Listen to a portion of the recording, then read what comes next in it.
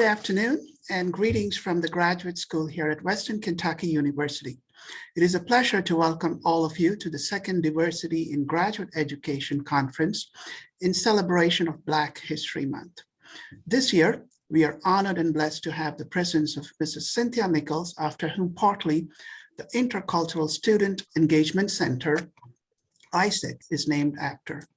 I kindly request Mr. Anthony Mathis, a distinguished minority fellow and also a graduate diversity ambassador, to introduce Mrs. Nichols to all of us. Anthony?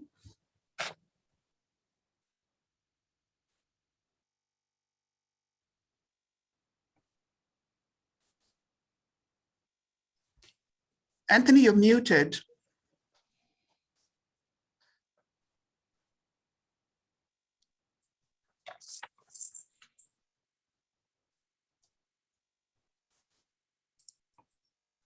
Anthony, are you with us? Dr. Kudali, I'm supposed to introduce Mrs. Nichols. Oh, okay. Oh, thank you. So go ahead, Kennedy Hammonds.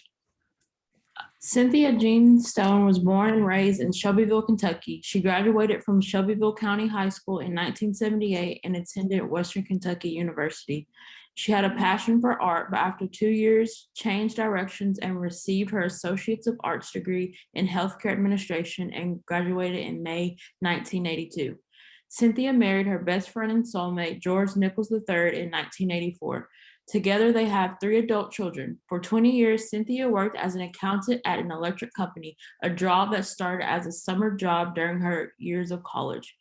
When a career opportunity came about for George, they moved to several different states throughout the years, and Cynthia's role changed.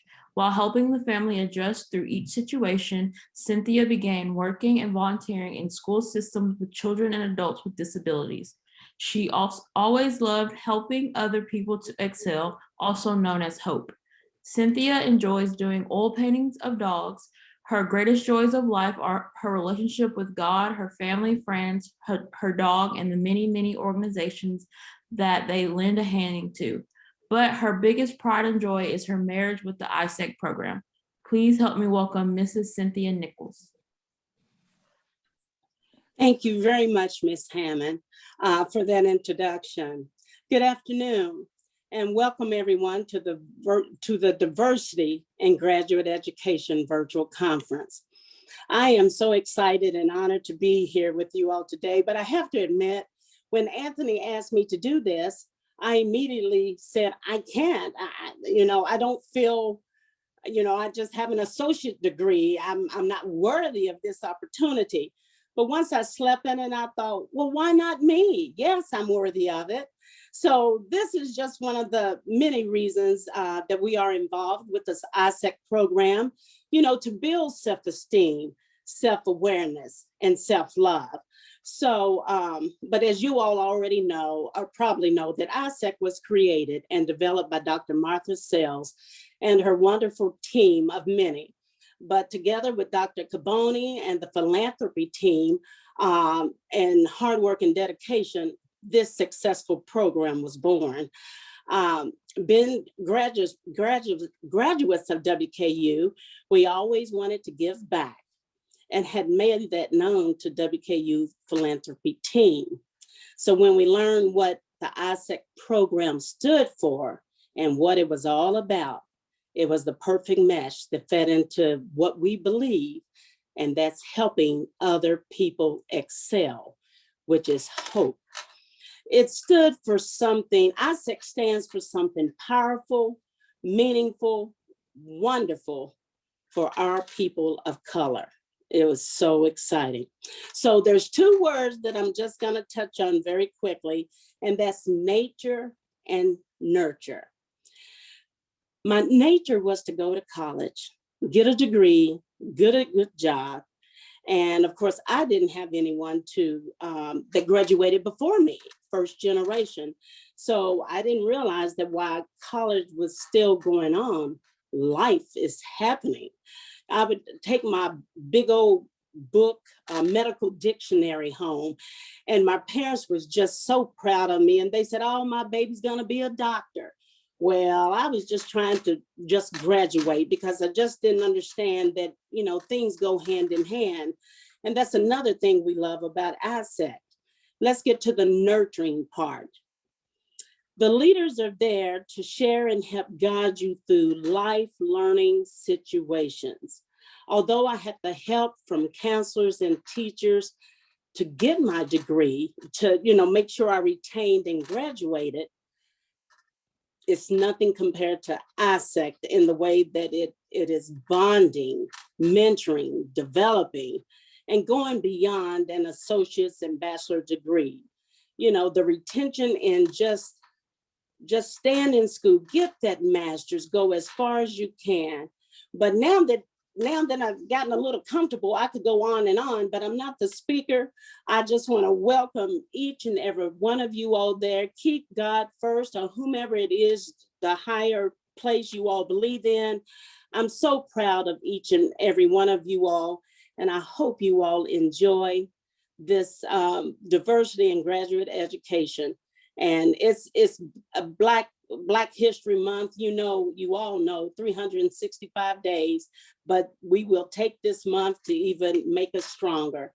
So you all continue to fly high, soar, and be the best that you can be. Take care. Thank you very much.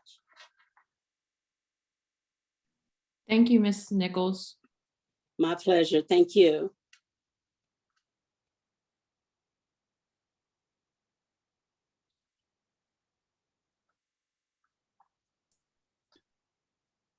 Dr. G, I'd like you to introduce Mr. Michael Crow, our Co-Chief Diversity Officer.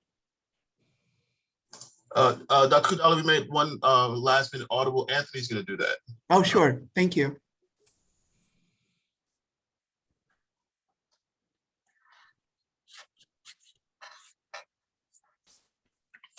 Everybody hear me? Good afternoon, everybody. Thank you all for attending the conference today. I will be introducing our next speakers. Mr. Michael P. Crow Jr. is the Chief Diversity Officer for Enrollment and Student Experience and responsibility he shares with Dr. Molly Kirby. They are both tasked with providing vision, leadership, and counsel on efforts related to establishing diversity and equity and inclusion throughout WKU community. Mr. Crow has also served as the Deputy Title IX Coordinator Investigator for the university. In addition, he is the Director of the Office of Student Conduct. Mr. Crow obtained both bachelor's and master's degree from WKU. Dr. Molly Kirby is the Chief Diversity Officer for Academic Affairs and works along with Michael Crow as well to provide university leadership on equity, diversity, and inclusion issues. Dr. Kirby is an associate professor in the Department of Diversity and Community Studies and also serves as the Assistant Provost for Institutional Effectiveness. Dr. Kirby received her bachelor's degree in sociology and a master's degree in public health from Western Kentucky University. She received a PhD in higher education administration from the University of Louisville. Mr. Crow and Dr. Kirby, welcome. Thank you very much. I appreciate that introduction. I'm going to attempt to share my screen. I do believe I was told I had permission to do that. So let me see what I do here.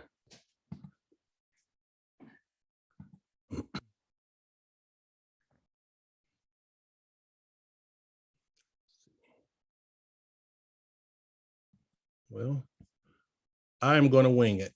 I'm not too familiar with technology, but I'm going to go ahead and wing it for you guys. So what I want to do is I want to take time to extend a welcome and thank you for having me. This is the second time I've been able to be a part of this, and I'm super excited to see the number of individuals participating here today. So I want to extend a heartfelt thank you. I also want to extend a welcome on behalf of Dr. Kirby. She had a conflict today. She's in a presentation as we speak. So on behalf of her, I'd like to extend her welcome as well. So what we want to do is make sure you understand what we do here at WKU by way of our mission for DEI at WKU. And so when we think about what we're doing, we're trying to make sure that we empower this university community to embrace and celebrate diversity. So if we think about our WKU creed and how those two things complement, we looked at shaping our mission around that creed and around WKU's mission. And so we're building an equitable and inclusive learning and working environment at WKU. And so all of our efforts are to make sure that we seek to provide you a holistic educational experience as well as an employment experience for those who work at WKU, and prepare our faculty and our staff and our students to be effective scholars, first off, in the area of equity, diversity, equity, inclusion, but also to be positive contributors and to lead in our ever-changing diverse community and world and populations that we will navigate beyond WKU. And so we really wanted to make sure that what we were doing were grassroots efforts, and that they were efforts that were going to be impactful, and that were things that people could feel as a part of being a part of our WKU community. So one of the ways that we shaped doing that was putting together our DEI work group.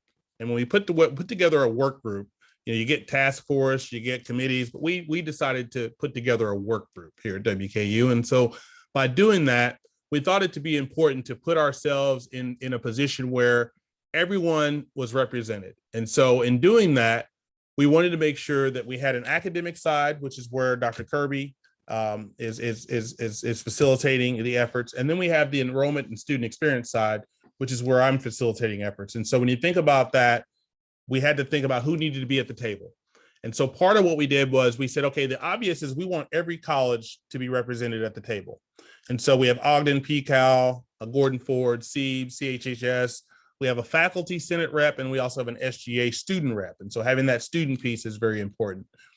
So then we looked on the enrollment and student experience side and all other non-academic units. And so we put together the staff senate rep, the SGA rep, diversity recruitment officer. We looked at keys, human resources, strategic planning, innovations, as well as retention, student success, and alumni association. Then we thought about, how do we bridge this to our community? How do we bring this to our community? Well, we thought about having a person from marketing, as well as other important reps through our community. So we also have representation from our NAACP as well. And so when you think, okay, what is this work group doing? What do they do when they come together and they meet? Well, we meet every third Thursday of the month.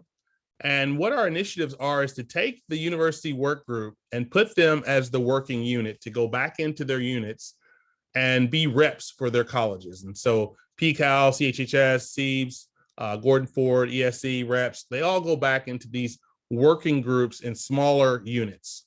And so within those units, those work groups take the information that we're looking at overarching, and they put those into a plan of action. And then upon that plan of action, they come back and we call that out, and we turn that into an actual action, an action plan. And so our university DEI work groups, they formulate the task, and then of course the unit reps task those to their unit committees. And then once those unit committees work through the problems, we craft that concrete project. And then we assess it. Again, that's one of the things Dr. Kirby is really big on, is to assess the efforts and analyze the data, and then finalize the reports to make sure that we have a good report that goes in to show exactly what efforts we have here at WKU. So we think about this and where you fit in as graduate students, and we think about what the impact is on your role. We're looking at you as graduate students to take your experience and from where you come from, whether it be WKU or outside of WKU, and help contribute to our community in the ways that you just heard what our efforts are.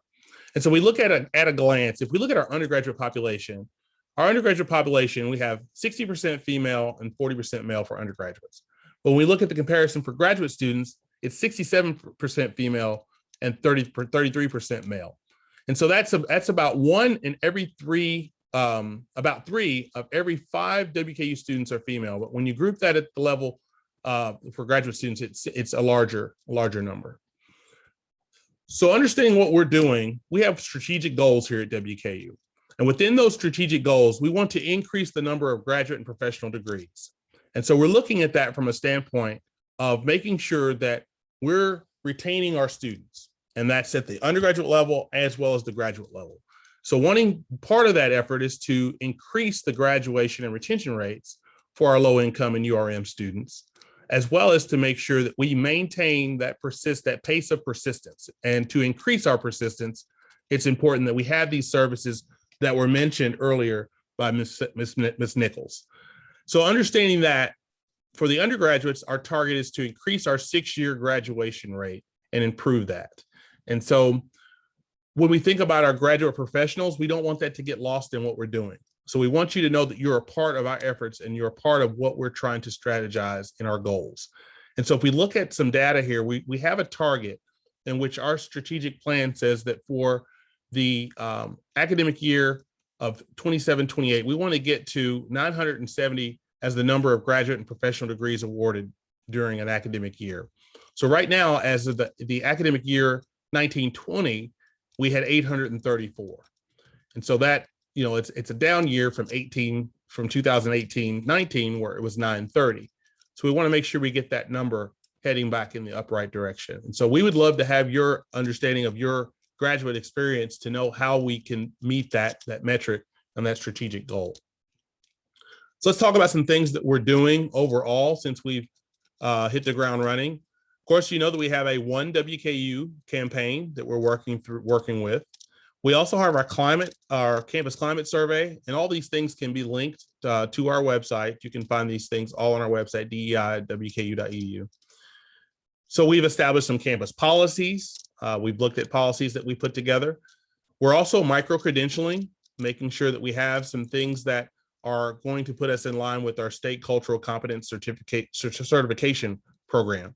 So this spring is one of the things that we're doing to do that. We have our first cohort that includes all new faculty and staff that also includes some DEI members.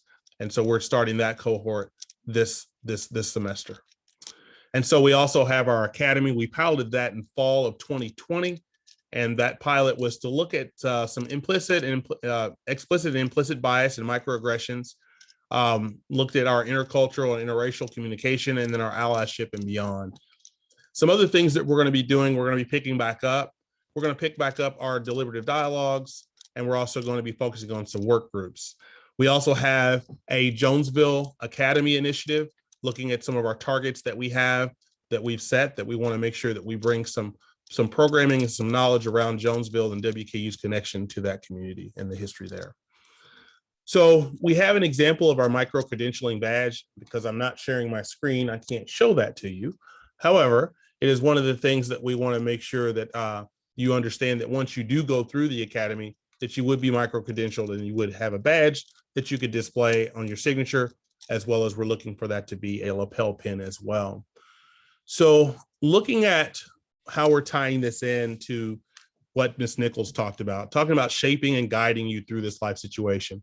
What we want to do is make sure that what we're doing in terms of DEI work is shaping your experience, and that we're helping you, and that we're making sure that the environment is conducive for learning for you as well.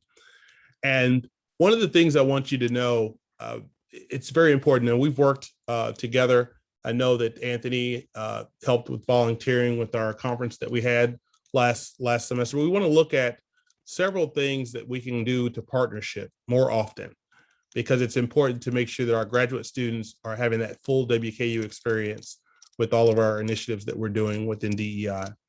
So I want to leave you with knowing that what you're doing is about Black excellence. What you're doing is about a 24/7, 365 to do your best and to always feel that what you're doing is enough, and to know that we want you to find your place and create your space at WKU. And so with that, I'll turn it back over. I appreciate your time, and I appreciate you all having us as a part of your program today.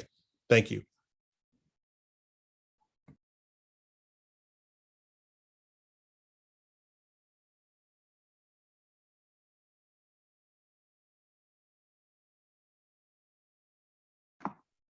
Thank you for that, Dr. Crow. Up next, we will have Dr. Gregory Ellis Griffith. He is currently the Distinguished Minority Fellows Faculty Coordinator and an Associate Professor in the Department of Public Health, which is located in the College of Health and Human Services. He also serves as a Program Director for the WKU Master of Health Administration program. Dr. Ellis Griffith received his bachelor's degree in Healthcare Administration and Biology from the University of Alabama, Tuscaloosa. He also holds a master's degree in public health and a PhD in health services research, both of which are from the University of Alabama at Birmingham. Here's Dr. Ellis Griffith. Simone, thank you for that introduction. Let me just get a hands up or a thumbs up if you can hear me clearly. All right, excellent. All right, I will also try to share my screen, but I'm not as talented as Michael. I don't know if I could wing it as well as he did, but let me give it a shot.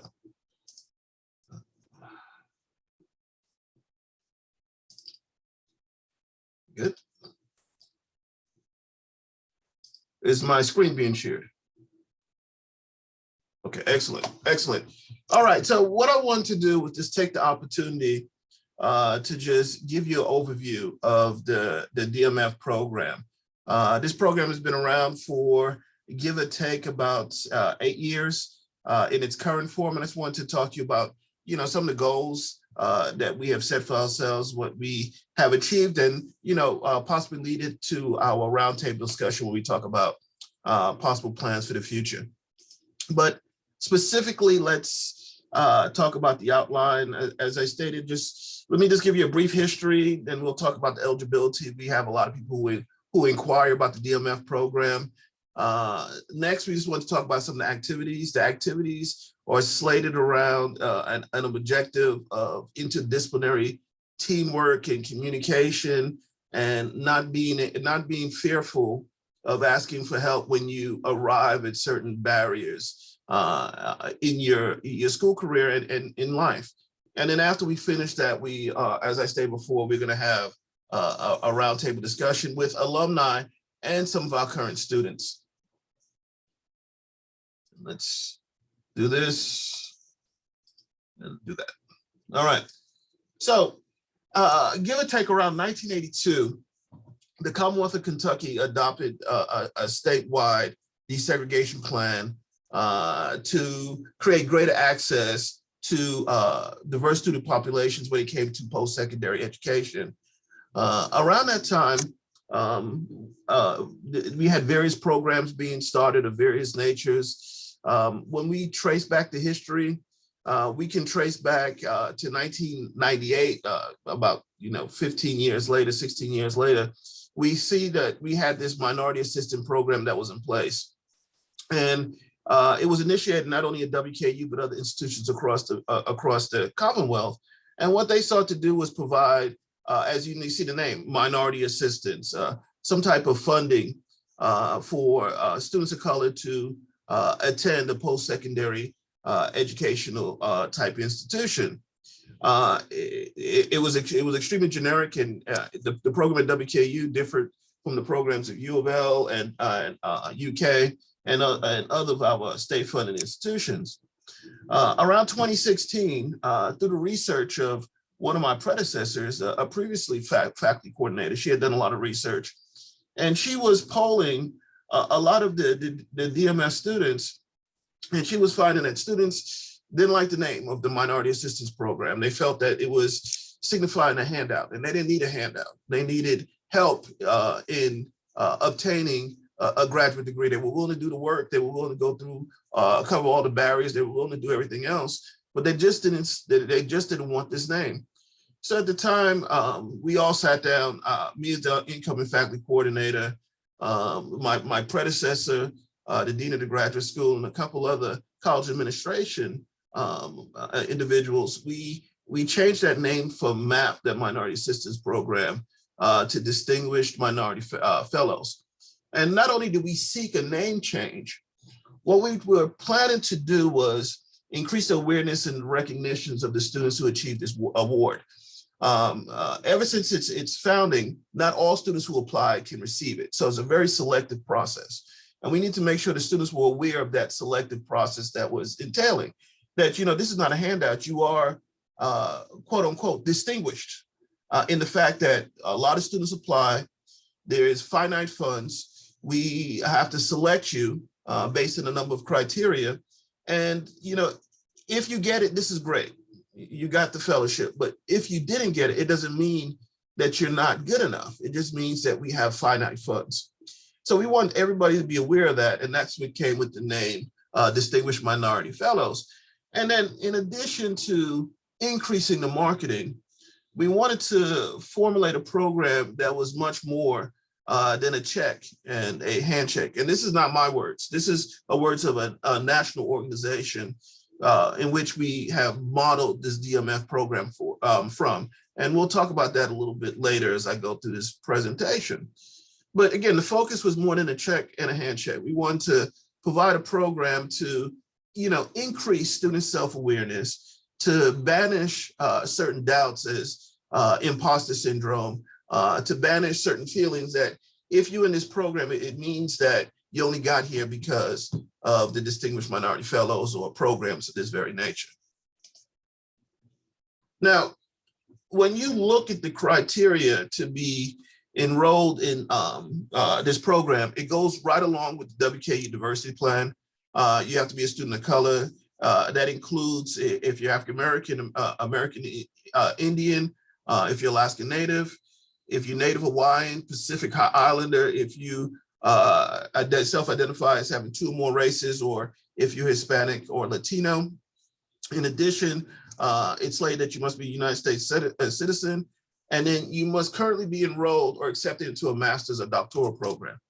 And that's key. We're not providing spaces for students to get into graduate school. These students are getting into graduate school all on their own. And you already know that graduate school is a selective process. And most of our students know they've gone through the first semester of graduate school. It's a different game than it was in undergrad. All right. And the same thing with the doctoral students. We don't do anything to aid you in getting into that doctoral program. Where we come in is after you're enrolled in the program, essentially meaning that we want to basically make you aware of some barriers and do things to make it more suitable or increase the likelihood that you will achieve your master's or your doctoral degree. How do we do it? Well, of course, the check is important. I know we said we're much more than a check and a handshake, but let's talk about the check. We usually provide a monthly stipend, and we also cover tuition. Tuition, as slated, is covered for 4 semesters, and that's identified in the fall and spring. Usually, if DMS students have additional responsibilities to obtain a degree, they can petition the graduate school or Dr. Gudali in his capacity to see if funding is available to cover that summer semester. Now, it has to be a mandatory course that's required for your degree. So we're not going to pay for a semester C or any kind of extra work that's not required for you to complete your degree. So we're very parsimonious or stingy with the funds. We want to make sure that since these are public dollars, these dollars are being attributed to you obtaining this post-secondary graduate school education. All right. In addition to getting that check, you are required to work 20 hours per week for 15 weeks. Again, it's just much more than a check. You have to be able to provide some type of benefit to the university, to your department, to your program, or whatever entity has been previously approved or been approved by the graduate school during the academic year.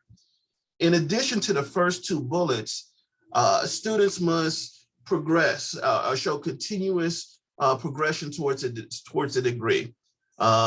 Essentially, we're not going to pay for students to seek graduate education on a part-time basis. You have to be full-time enrolled. In graduate school, that is 6 credit hours each semester. And in addition to that, you need to have the graduate school minimum, which is a 3.0 GPA. Now, once we poll the average GPA of our DMS students, they're usually significantly above that 3.0 minimum average. And that's something that we always seek. We always say that's the minimum GPA that we have, but we want everybody to strive to have that GPA above. So it gives us something to market and inform administration on how we're doing. Now, in addition to this is the minimum. In addition to this, students are required to take part in seminars, team building activities, mentoring, and leadership activities. And what I want to do on the next set of slides is just introduce you to some of these activities. Now, needless to say, most of these activities are still were on a pre-pandemic basis, and as the pandemic now alleviates, we're hoping to continue some of these activities as we, venture into probably the later spring. We'll probably have some more outdoor activities, and hopefully in the fall we can have, if not a return to normalcy, a close return or proximity to where we were before. But this is several pictures. If you glance from my left and you pan down and over to my right, these are pictures of from the Gasper River Retreat. And essentially what we've done is we would reserve a weekend for the students that attend Gasper River. It's not a travel, a significant travel requirement. Gasper River is essentially 10 minutes to the north of the university. And at this retreat, essentially what they have is various team building activities. And as you can see, we have students sit down here and they get an instruction on how to rappel down a hill, or they get instructions on how to zip line. In addition, if you pan down, you see students, they're trying to conquer what's known as Jacob's Ladder, which is viewed as one of the most significant barriers or significant team building activities that they have at Gasper River. And essentially what you have to do here, in order to be successful with Jacob's Ladder, you can't do it by yourself. It's almost an impossibility to try to get that done by yourself. You have to communicate with others. And that's why you see in these pictures here, we have multiple people with their helmets on and they're getting ready to work together. You must work together in order to conquer Jacob's Ladder. You have to be able to communicate and you have to be able to trust one another. And it's interesting, after these activities, these students are usually worn down. This is a very intense activity. And what we ask the students to do is, okay, how did this make you feel? How does this apply to a situation that you dealt with in your career, or something that you dealt with in your past, beyond academia? And to the tune, the students always seem to come back with, stories on how they can relate this to and how they're going to do things better. And at the very end, it's not all sweat and perspiration, even though it's a lot. If you look at this picture here, there is some relaxation. The retreat is located by a river. We have some students that come and they say, look, I have a busy week and I still have papers. I can't get all the stuff out. And it's okay. They can come and they can relax and they sit by the river or they sit by the cabin and they do their work. It's a rapidly flowing stream, so you get that river sound. And it's interesting, once this is concluded, we always think the students want to leave at the end of the weekend, and to the tune of it, a lot of the students want to stay. Moving on, it's not only Gasper River. In the past, we have taken students to various conferences, and this is what you see in these first two pictures. Again, to my left, as I told you, we kind of modeled the DMF program in its original stage from the Institute of Teaching and Mentoring, which is the largest gathering of minority PhD students, minority PhD candidates, the largest gathering of students in the sciences who are seeking their master's degrees as well. And what we have essentially done was we take these students, these fellows, so they can see that even though you may feel that you're one and only on the WKU campus, or you may feel that you're one of the few on the WKU campus, we want to connect them to a nationwide organization. And you're seeing some of the impact. So, while you're in a class, you might feel like you're the one and only. You go to this conference, you feel that you're one of the many. If you think you're the only person trying to pursue a doctorate in educational leadership, you're going to see about 4 or 5 people there pursuing the same degree, or in psychology, or this is a bench science organization. So in chemistry or physics or any of these other disciplines, you get to see other students who are pursuing the same goals and objectives that you're doing, and it pretty much links you to them. And the communication and the peer networking is unparalleled when we come to that. Over to the right, we not only go to conferences, we actually bring speakers in as well. And we've done that with the pandemic through this virtual platform. In this situation, this gentleman, his name is Daniel Jean. We met him at the Institute. One of the fellows met him and asked for him to come and speak. He came and spoke to us about the importance of finishing. Now, Dr. Jean, his long story short, he grew up in inner city New Jersey, in Newark, New Jersey.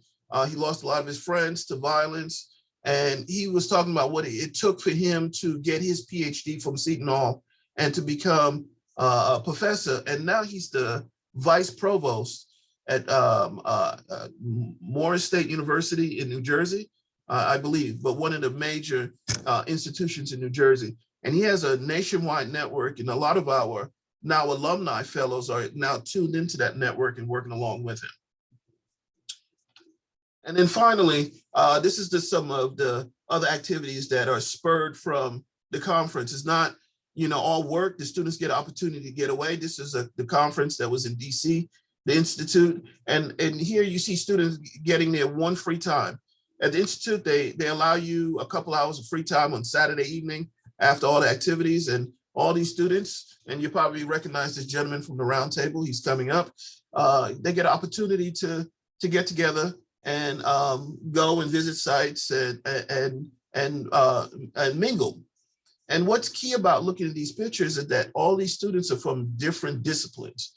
In this picture, we have students from psychology, we have students from public administration, we have students from women, gender and women's studies, and of course, we have students from social work. In a normal atmosphere, we are so siloed. We are trained to become so siloed. We don't have this type of peer networking or communication, and that's what we try to break down. And these students, now that they're now all alumni, are all in communication with each other. That's my spiel on what we have here. Again, in closing, these are just the graduation dinners and from the DMF, some of our graduation pictures, and of course, over to the right is the most important thing, is having the students finish and obtain their graduate degree, be it that if it's their master's degree or their doctorate. And I got a little ahead of myself, but at this point in time, what I wanted to do was turn your focus to the roundtable, and I will ask Anthony if he can introduce the panel members for the roundtable, and then I'll come back on and conduct the roundtable. Yes, sir. Thank you, Dr. G, for that presentation.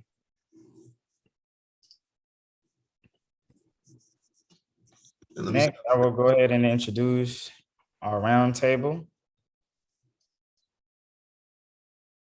First, we have Roderick Mall.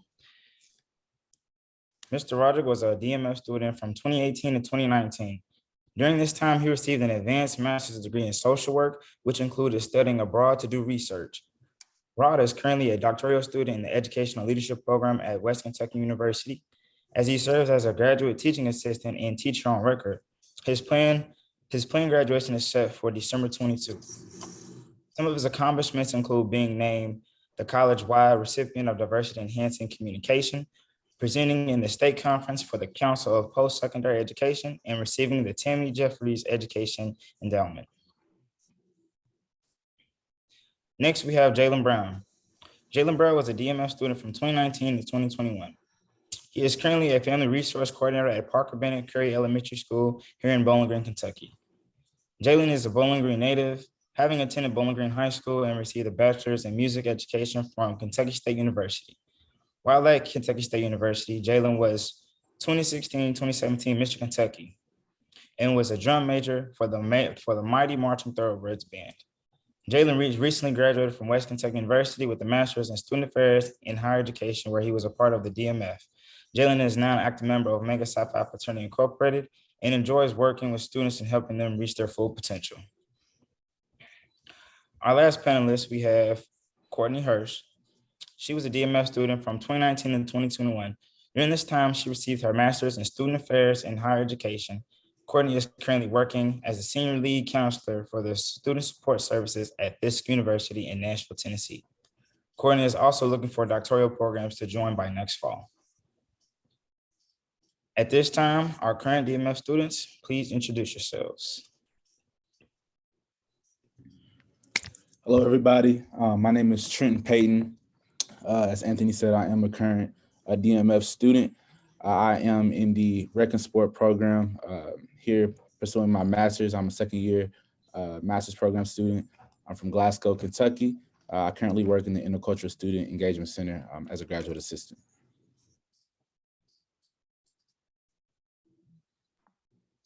I'm Simone Whalen. I am a current DMF student. This is my first year. I did the JUMP program, so my bachelor's is in biochemistry and my master's is in chemistry.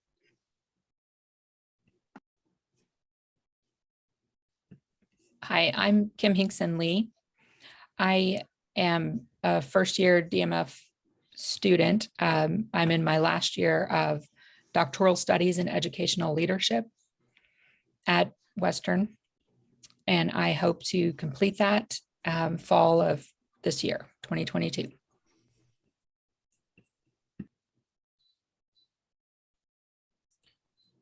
Thank you. Everyone, this is our panel. Dr. G, I'll pass the mic back over to you. Thank you. All right, so thank you, Anthony, and thank you to the alumni and the current students who are in attendance today. For the format of the questions, I do encourage attendees to submit the questions during the chat feature. We do have individuals who are gonna look at the chat at the end of the discussion and be able to answer any questions. That's how we'll address the Q&A. But for the first question up, let me go ahead and ask, I believe this is Roderick, to specify what were the demographics like in your graduate program, and how did that differ from the DMF program? Roderick. Absolutely. So for the demographics, I first want to talk about, where I come from and, what that looked like for me going to WKU in order to understand why it was significant. So I was at a HBCU, which if any of you don't know, is a historical black college and university. So most of my peers or the people that I worked in the classroom was most of students of color.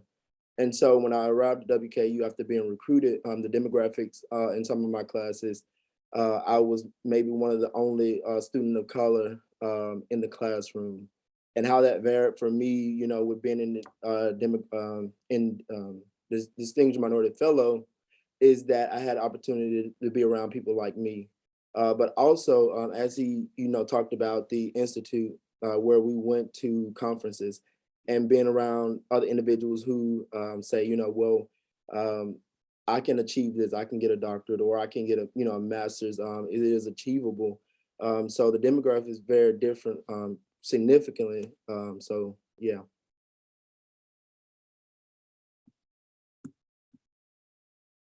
All right, thank you, Roderick. And Jalen? Can you repeat the question? It was just, the question asked, what were the demographics like in your graduate program, and how did that differ from your experience in the DMF program? Okay. Well, similar to Roderick, I came from HBCU as well at Kentucky State. As far as when I came to the actual graduate program in student affairs, it was fairly diverse, but I found myself in many times being the only minority in some of my classrooms as well. So just having the DMF, being able to be around people such as myself, was just really helpful for myself. So. And thank you. Now, the next question, I want to address some of the current students, even though they're going through the program. And this is to date. So I know we have some second year students, and then we have some first years. But let me ask some of the second year students first. Let me get some of the second years to raise their hand just so we can identify you.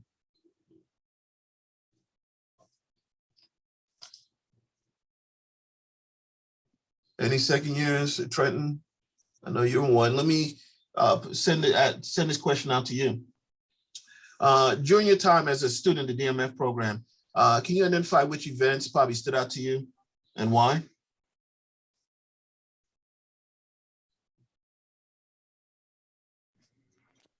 Yes. During my time, probably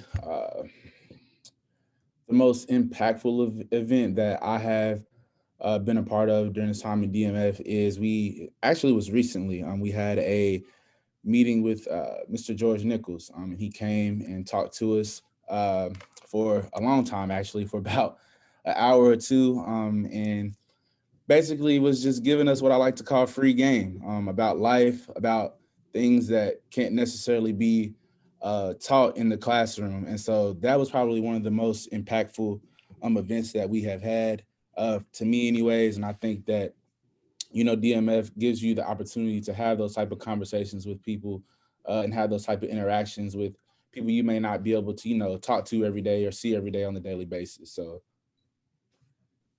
Okay. All right, thank you, sir. And let me open up to any one of the current students who want to also ask this type of question. Current students before I go to alumni. Hey, Dr. G, I would like to chime in on this question as well. I want to refer to the event we had with Dr. Peggy Crow, and she came and spoke to us about, the mental aspect of going through what graduate life looks like and how we can maneuver, and some things that we can use to be successful as we obtain our education here at WKU. And I just found that really beneficial, because a lot of things that we do is subconsciously. We're not thinking about our health. Sometimes throughout the day, we don't even think about eating. We're just so busy where we're rolling. We forget to eat, forget to think about eating. And eating is very important. And it's similar things like that we have to be mindful about. And that she shined light on those type of topics. And leaving the meeting, it made me see things a little bit differently, and how should I attack this graduate life. So that was pretty good. All right, let me, any more students before we go to the alumni? I can add something. Okay. This is Kim.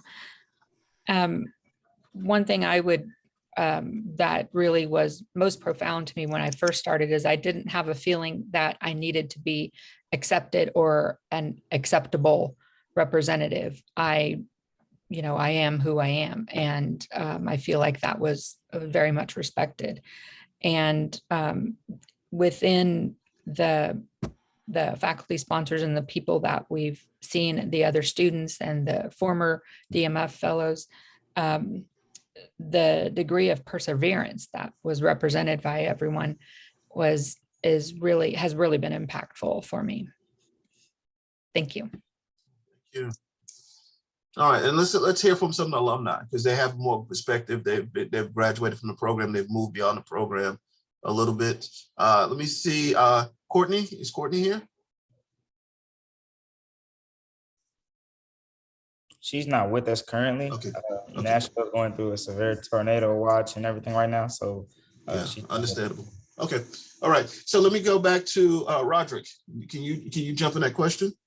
Absolutely. I would want to say that, it wasn't an activity that we had that I didn't leave in awe, and be mindful that this was pre-COVID. So we did have an opportunity to work outside in the real world rather than being, enclosed in environments. But one of the ones that I want to, congratulate you on is, it was brilliant, was the letter that you explained about the team building activity. So as much as, all of those activities, all chime into team building, because we can't get one up unless we have somebody to help pull us up and help each other up. That activity alone, had me thinking afterwards, about life in general, because, I go through the program and I say, I can do the work on my own, and I can, be in my office enclosed and do everything, but it's other people out there that can help me get to where I want to, be, rather than me trying to stress and do everything on my own. And so it was, a group of other individuals, was killing it and winning every time, because they worked so well together. When it came to communication, when it came to just effectiveness and efficiency, and other, struggle, because it's like, okay, they try to climb it up themselves and try to get to the top. But when they got to the middle, it's like, we can't really get to the top without the other individual. And so what happened is the other person is at the bottom, and then you have another person in the middle, but no one's at the top because they didn't, effectively communicate that. That alone, in addition to the conference alone, was a whole different ball game in itself as well. When you're talking about other individuals who look like you, who say, I would go to the barbershop and talk about me getting a doctorate, and they never even heard of that, but they so proud of me in order to do that, and never know that I can do it. And when you go through that process yourself, or even thinking about, getting that, and they hear somebody else that's, is like you, because human condition is basically we like familiarity. And so when you say, okay, if I see somebody look like me to say that they can do it, then that gives me motivation to be able to do it too as well. So the conference was a whole different ball game. The Gasper River with the team building exercise, and you talking about the White House, and it was just, you know, phenomenal. I can't say single-handedly that one activity outdid another one, but I will say that team building exercise was definitely a game changer for me. Okay. Well, thank you. Let me see if any other students want to add to this question before I move on.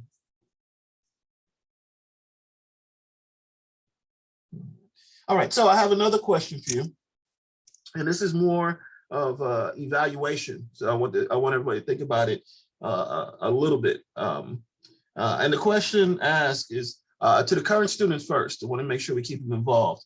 What would you like to see from the program now and in the future for the current students? And then we'll do the same format where we go back and we ask the alumni. For the current students, what would you like to see from the program now and in the future? And Anthony, can I ask you to start off that question? My answer? Yes, Dr. G, thank you. Thank you for that question. So we can always get better. There's always room for improvement, ways to get to the next level. And I'll say DMF has actually made a platform for those things to happen. And some things that I would like to see happen is, of course, DMF to expand with more students and to create different organizations that help aid towards their education. And one thing that though I add here is something that we've been working on is ISEC-G. Some of you may have heard of it, and some of you guys may it's the first time hearing about it, but it's in the works and it's actually launched. And if you're familiar with ISEC in DSU, then this is essentially the same thing for the graduate level, where we will help the graduate students, you know, help achieve their goals here at WKU, because it can be rough. As you can tell, I'm pretty sure everybody on this call can attest to a tough time and at the graduate level where it's really done knock them down and may not feel nobody was in their corner. But ISEC-G is a program that is in the corner, that was willing to help and provide any resources that you need to graduate and get to the next level. So seeing DMF play a part in that is what I look forward to see here in the near future. All right. Well, thank you, sir. Anyone else? What would you like to see from this program now and in the future? I think with being in like the COVID year, it has made DMF different. So I guess the biggest thing for me is that I do want more events from DMF, but know that that is probably a hurdle due to the current situation. I agree with Simone on that. I think, you know, the things that you have done have been really great. I mean, that we've done together. But having more opportunities to get together and things to do as a group, even if it's virtual, would really interest me. Yeah, for me, I'm kind of in the same boat as Anthony. I would just say that I would like to continue to see DMF expand because a lot of students do know about DMF, but at the same time, a lot of students don't. And so, you know, I try to make it, I think we try to make it a point here at ISEC to make sure that we, you know, are telling seniors that are looking into going into grad school about it. But there are a lot of other Black students that aren't necessarily in ISEC that don't know that, you know, DMF exists and don't know that there is a way to possibly get their graduate school paid for and to be helped along this journey. And so I think continual expansion is definitely at the top of my list for what I would like to see in the future. Anyone else?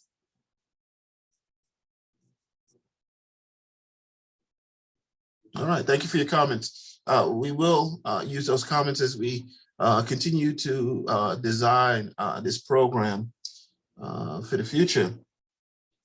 Let's change it. Let's see if the alumni, if any of the alumni have any comments on this question.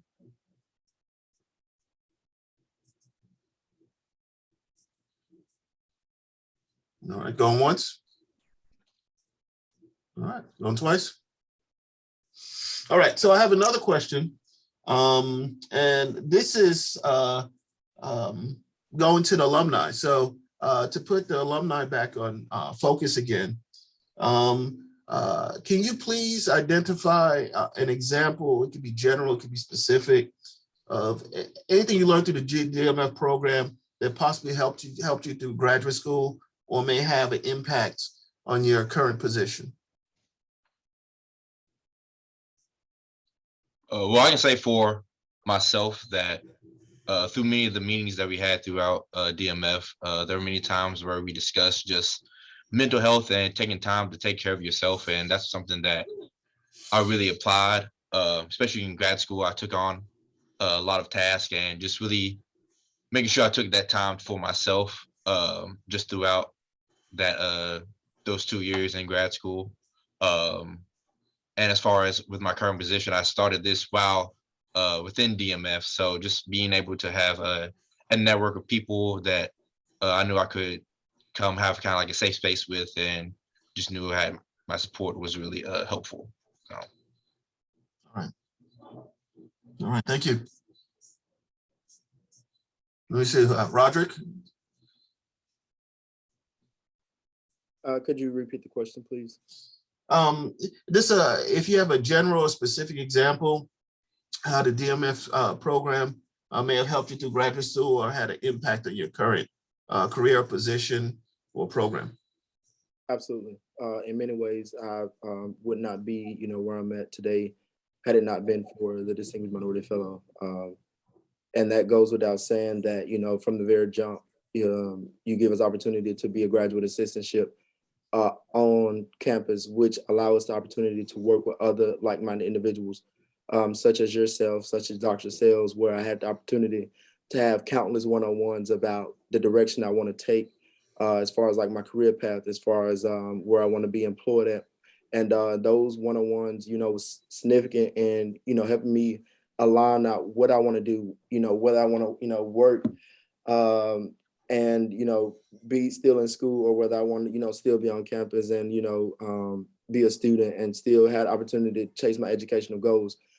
So had it not been for, those one-on-ones with yourself, Dr. Sales, and the graduate assistantship played a significant impact on where I'm at in life now, because had it not been for that opportunity, then I wouldn't have been where I'm at. But most importantly, you give us the opportunity, or the program itself give us opportunity to select where we want to do our graduate assistantship at. You all do not select. I just want to make it perfectly clear that you all do not select for us to have a graduate assistantship in a particular place.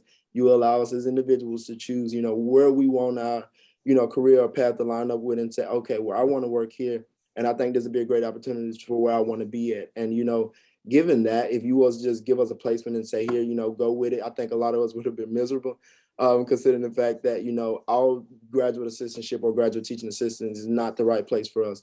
And so because you give us the opportunity to select where we want to be, help us as individuals, work with those people who are like-minded like us and say, okay, well, this is what I want to do. And I want to, get the guidance and mentorship that I need in order to be successful.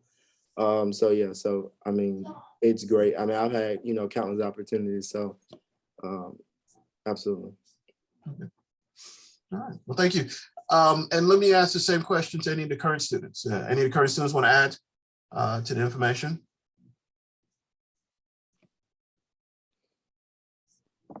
All right, going once. All right.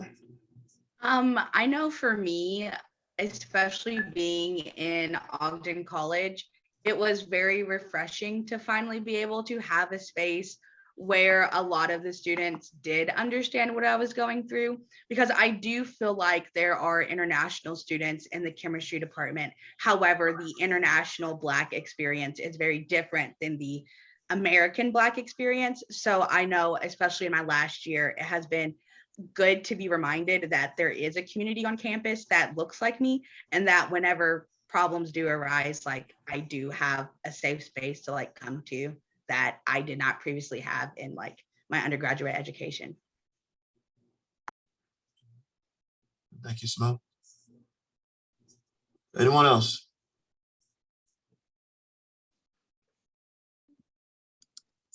All right, final question.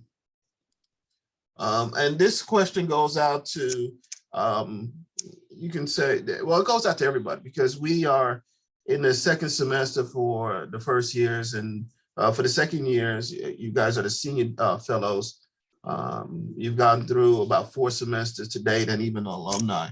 Do you have any advice for the current or future DMF students? Somebody wants to give a retrospective look back from when they first entered the program to where they are now?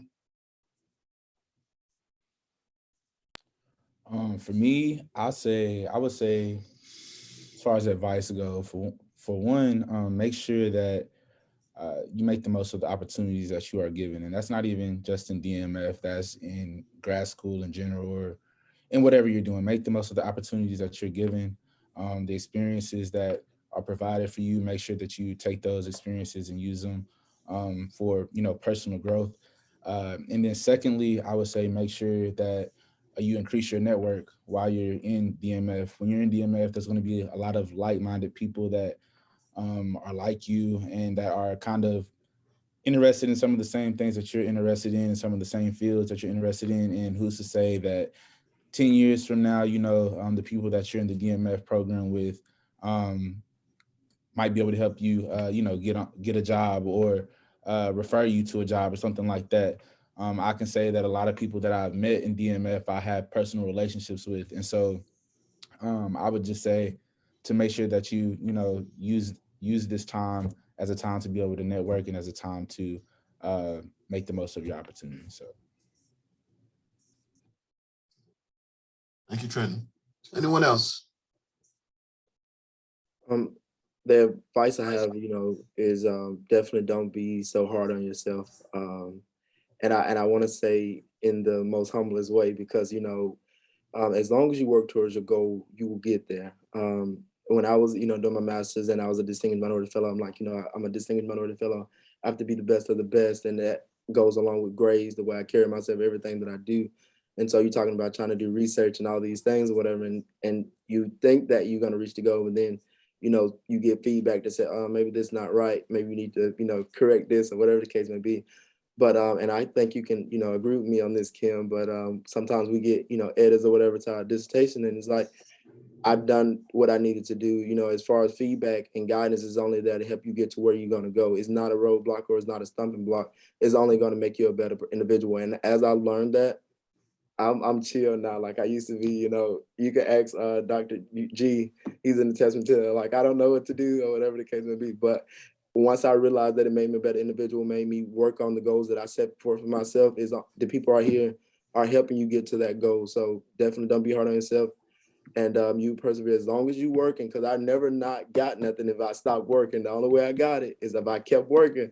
So don't be hard on yourself, but also keep up the work, because you're not going to get that without that work piece. So as long as you're working toward, people help you get there. And to add to what Roderick just said, I would agree that, I feel like for future students and for current students, it's a way of sort of looking at yourself and understanding that it's important to be persistent.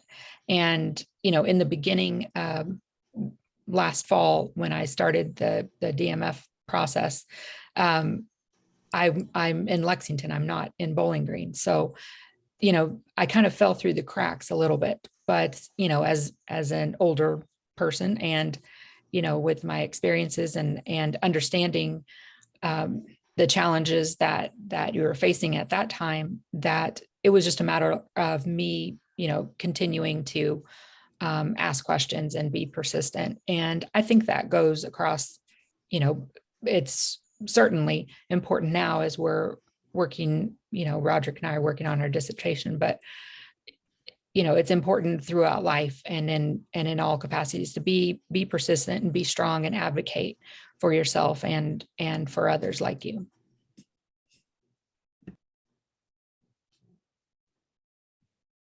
Anyone else? Really good advice.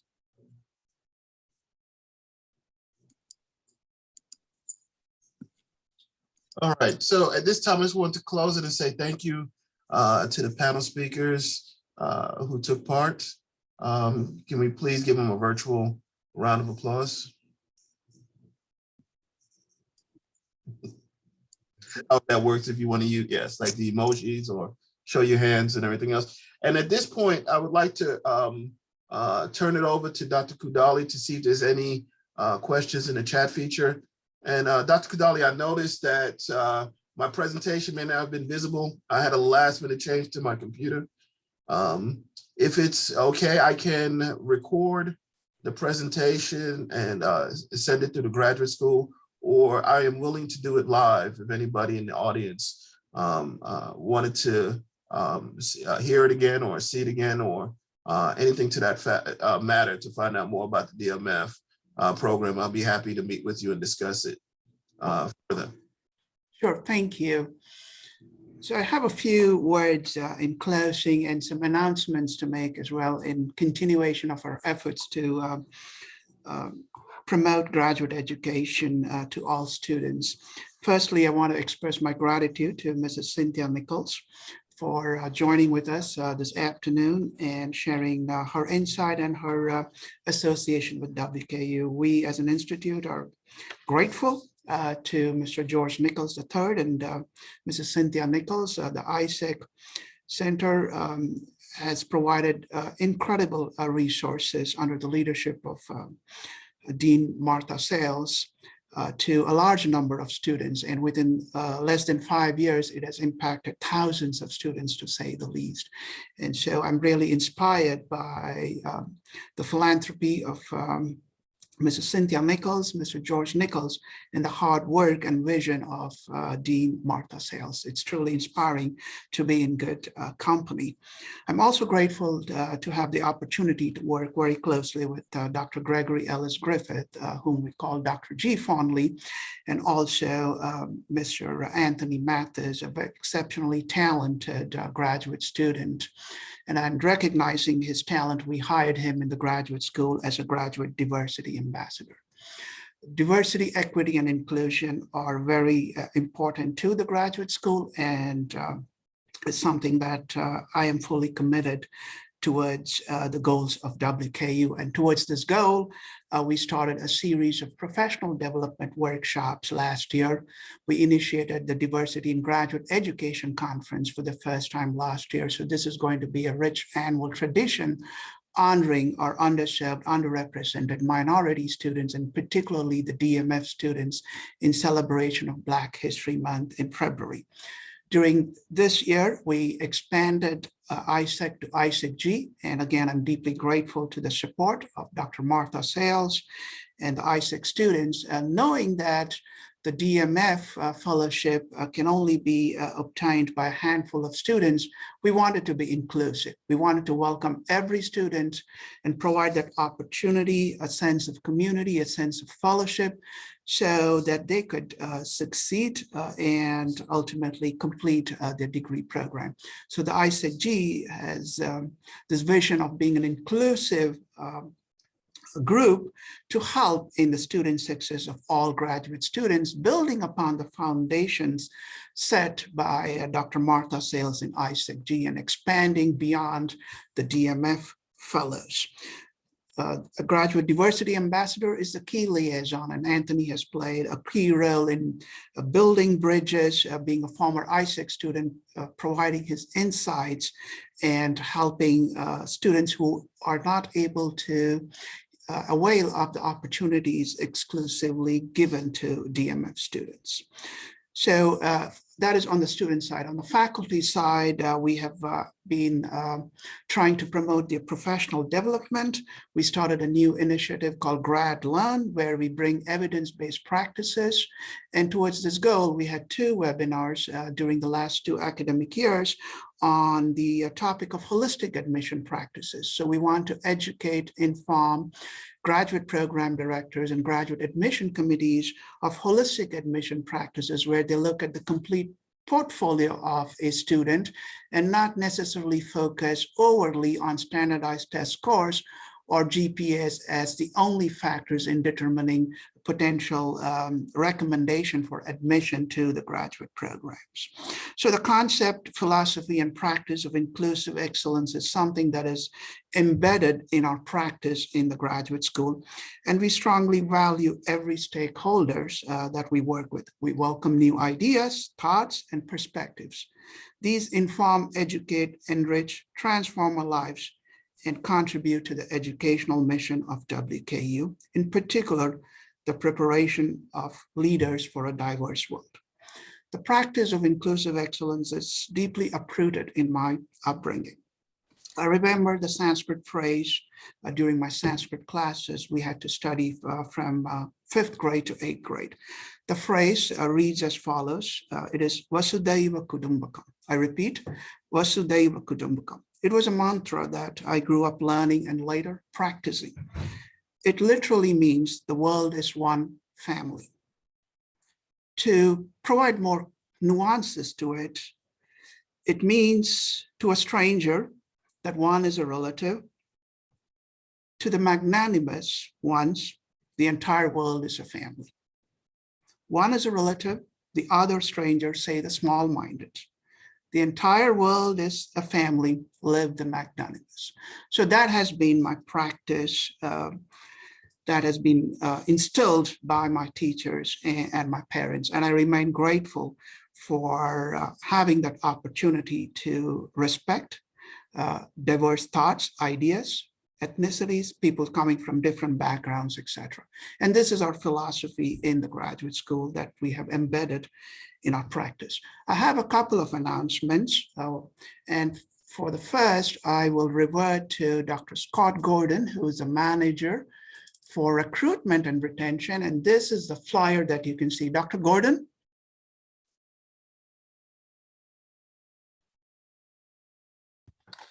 Yes, Dr. Kudali, thank you very much. As you can see, we're going to have a Diversity Graduate Fair. This will be the second annual Diversity Graduate Fair that we are having through the graduate school, and that will be next Thursday, 1 week from today at 3 o'clock. And we invite anyone who would like to participate to sign up for that. That will be a virtual event as well. So we will have that opportunity available for prospective students to learn more about some of the opportunities that we've talked about today. So this is, we will send out the flyer through our social media campaign, and it'll build upon today's successful conference. And more details about the DMF program, the expectations, the process through which the applications are done, etc., will be discussed by Dr. Scott Gordon. And some of the DMF students actually talked about graduate student mental health and well-being. That is of utmost importance to graduate deans across the nation. And WKU is signatory to a principle from the Council of Graduate Schools. And in recognition of that principle and as a practice, we have actually started a new series last year called GradWell. And we had one workshop in the fall. And just a few minutes ago, we got the flyer for the series of events for spring. This is open to every graduate student. And so in the spring, we typically have 3 workshops. We talked about imposter syndrome. That is something that is quite common to less privileged people. And so we have partnered with the Counseling Center with Dr. Peggy Crow, the director, the associate director, Dr. Carl Lavish. and the staff psychologist, Dr. Masami Matsuyuki. So we will talk about imposter syndrome, how to overcome it. We will talk about writing well. Students have a writer's block. This is the time where they try frantically to complete their thesis. And so we provide some guidance on how to overcome the writer's block. And finally, students are going to deal with uncertainty. What is the next stage after a master's or EDD? And so we want to provide resources through experts from the campus. So the graduate mental health and well-being of graduate students is also of utmost importance to us. And the GradWell series is designed to help in the success of graduate students. So in closing, I want to thank each of you for joining with us this afternoon and for the partnership that we have in ensuring the success of our graduate students. Thank you all for all that you do to help in promoting student success at the graduate level. And we are always looking for constructive feedback and comments so that we can help our graduate students complete their degree program in a timely manner.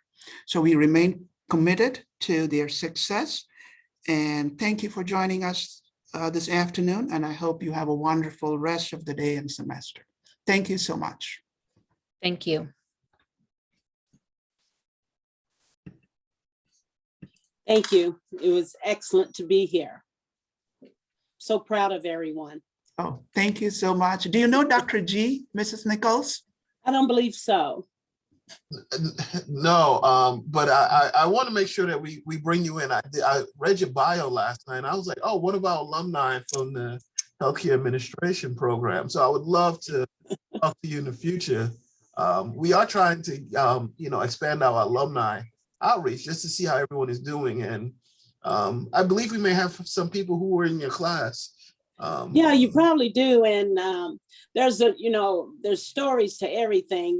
My love was art, and I started in art, but I didn't want to learn the ABCs. I wanted to go to XYZ. And so then you had to learn the art history, so on and so forth. So I changed courses and they helped me match up something. And healthcare, I think I worked one summer at the hospital and the other summers were at the electric company. But nevertheless, I enjoyed working in the office and the administration part of healthcare. And that's how I got involved. And I was just probably a semester shy, or maybe a little bit more of getting a bachelor's degree. And that is where my disappointment, but I did graduate, so that was exciting. And then life happened in the best of ways. But I'm so proud. I read your bio and it was so good to see that you're healthcare administration and so on and so forth. But I'm just so proud of you all, everybody. Well, thank you. And, Anthony and the ISEC students and his ISEC G and everything else, we have a lot of plans for the future. So let's make sure we expand our connection, because we already have good connections, but let's make sure we expand those. We most certainly will. Yes, Thank you. Mrs. Nichols, we have Professor Kanita Duclos. She's in the math department. Math, right, Kanita? Yes. And also Dean Kathleen Webb, who just signed off. We have Dean David. Oh, there she is. You're all strong proponents of diversity, research, graduate education. So we really have strong support and leadership at all levels, from faculty, from department heads and chairs, associate deans. Dean David Brown just started in July of this year. So you can see they have taken their time to come to this conference. So we are really blessed to have the support from a lot of leadership. Right, so exciting. I was just, I didn't have my face in it, but I was listening to the entire thing, and I'm just so in awe of the young people and how they speak out. So, I love it. Dr. Webb, you want to share anything? Well, those were such inspiring and wonderful stories It was really nice to hear from the students. I actually had one of the students in my class in the fall, Simone. Yep. And I just, you know, she was a pleasure to have in class, and it's just so nice to see her be able to take advantage of this program. Dr. Duclos, you want to add anything? You mentored a lot of students. Yes, I love to hear the student perspective because we can learn so much from the students' perspective to make our programs better. So any chance I get to listen to students, to talk to students, I'm always willing to talk because that's what we want to do. We want them to grow and we want our programs to be better as well. So. Dean Brown, are you here? Don't want to put him in a spot. Anthony, anything to share? You were an ISAC undergrad student, now you're a grad student, and you're the bridge between the grad school and the ISAC Academy. I'll share some more information. I would say it's actually a beautiful process to come from undergrad, being involved, and now I'm at the graduate level, and I'm able to see the gaps where I can put a bridge in between to make everything flow from undergrad on the way up.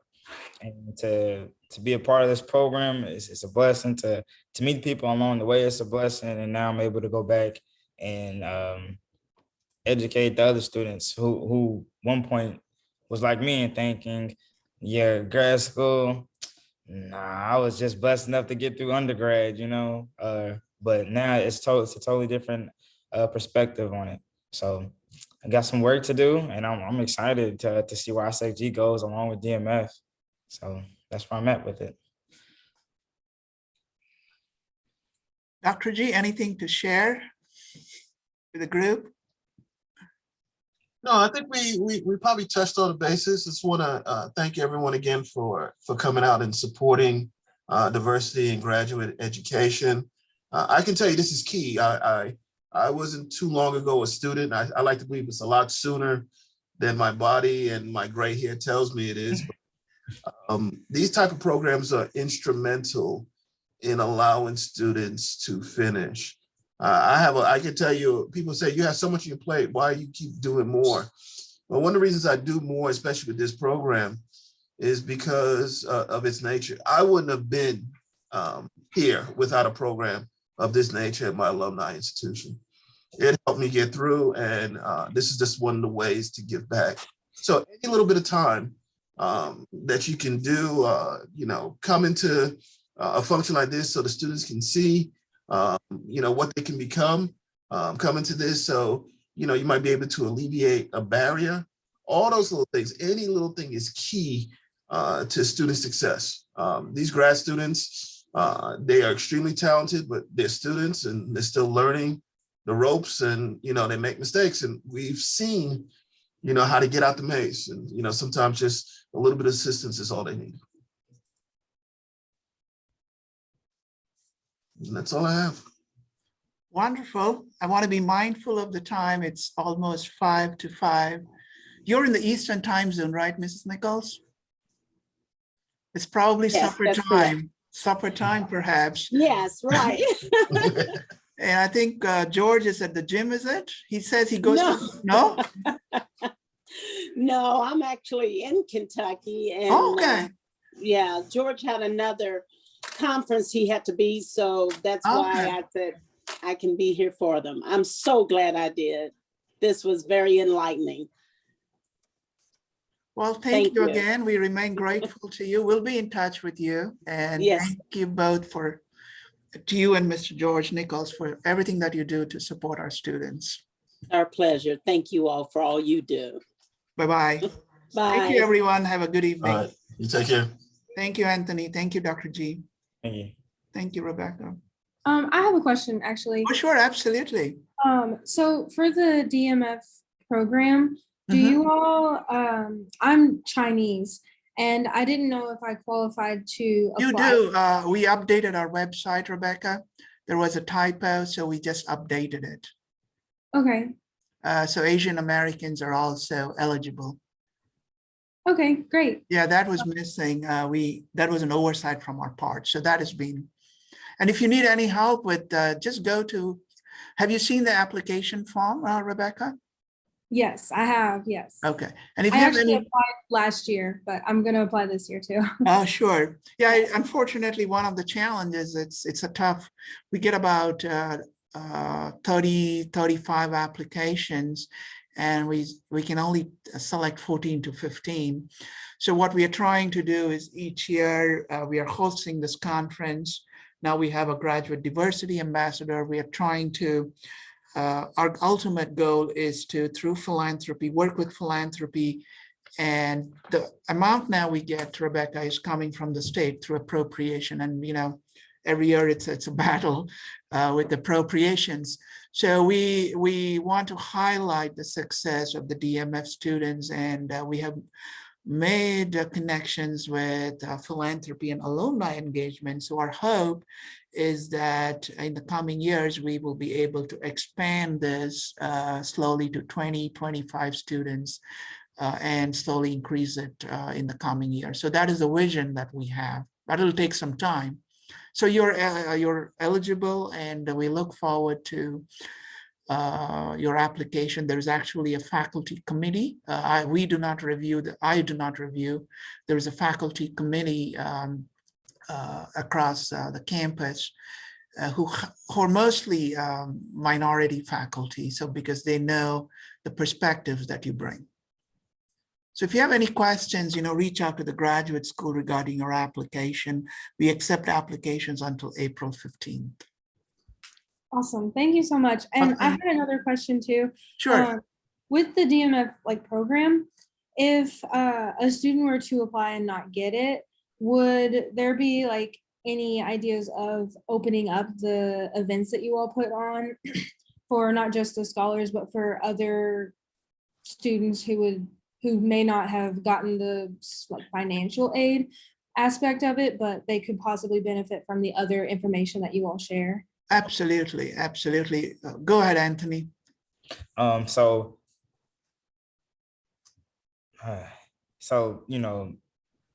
if DMF is not in favor of you,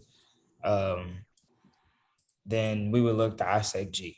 Essentially, the DMF and ISEC-G will be working closely together and essentially sharing the same events, same programming. That way it'll go on. It kind of, although you won't possibly receive any part of the financial aspects, but as far as making the connections and learning a lot more stuff, it'll come through ISEC-G. So many of our events, Rebecca, the GradWell that I talked about is open for all graduate students. We have a lot of professional development workshops, how to write a research grant, how to communicate. We have a 3-minute thesis competition. So all events that is organized by the graduate school is open for all graduate students. The DMF, because we are also giving them an assistantship and a tuition waiver, we have a certain expectations for certain meetings. But as we are expanding the ISEC to ISEC-G, many of the events that we plan will be open potentially to all graduate students as well. And so this is the first year. We had a preliminary meeting in January for announcing the ISEC-G.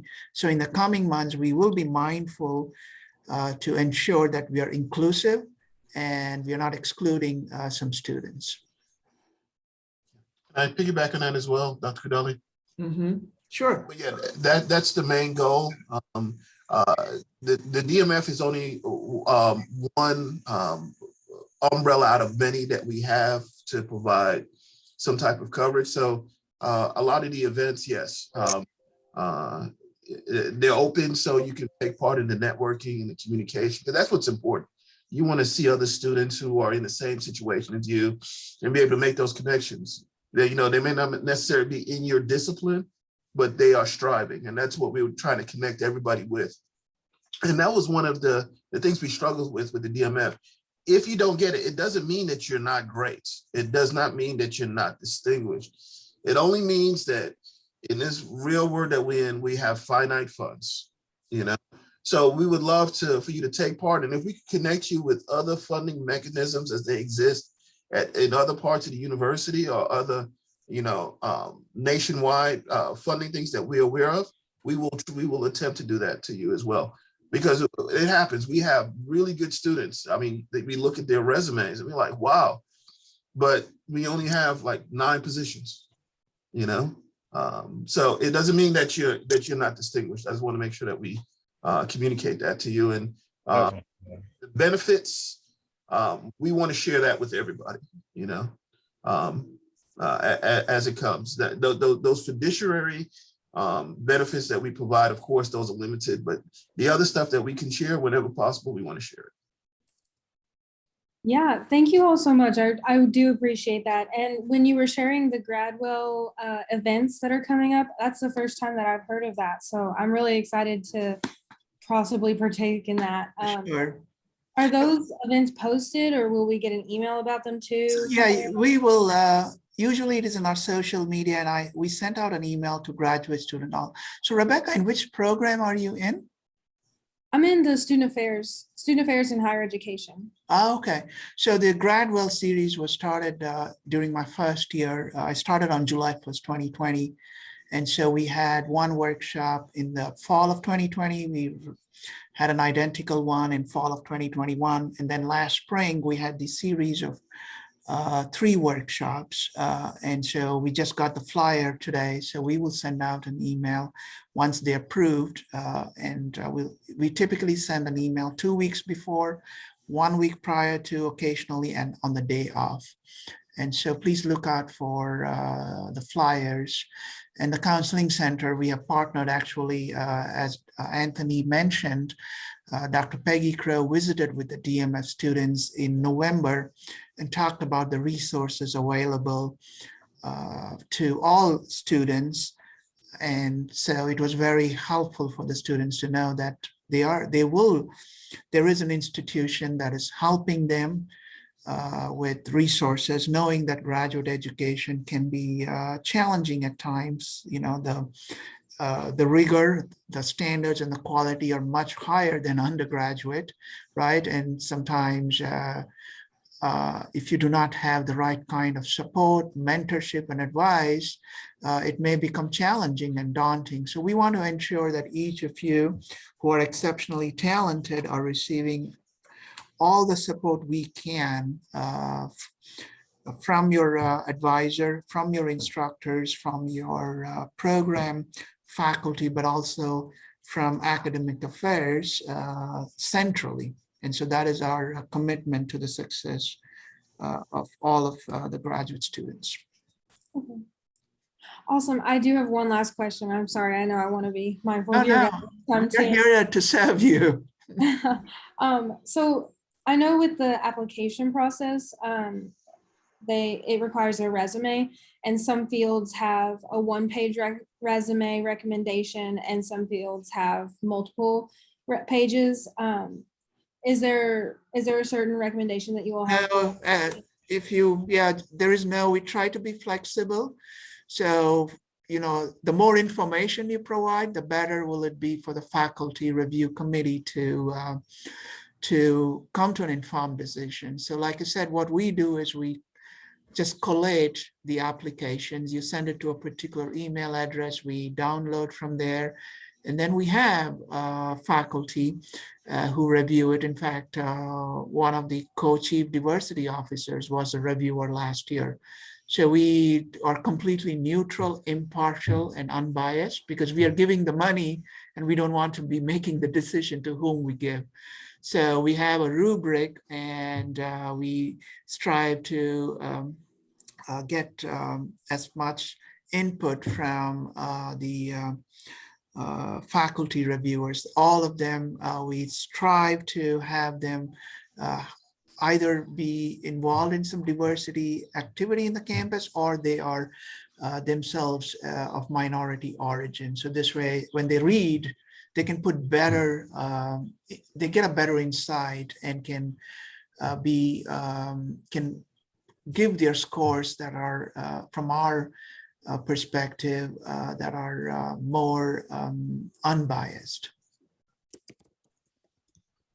Well, perfect. Thank you all so much. I really Thank you for appreciate it. joining with us, and reach out to graduate.school@wku.edu and we'll be glad to help you. Okay, awesome. Thanks again. Thank you, Rebecca.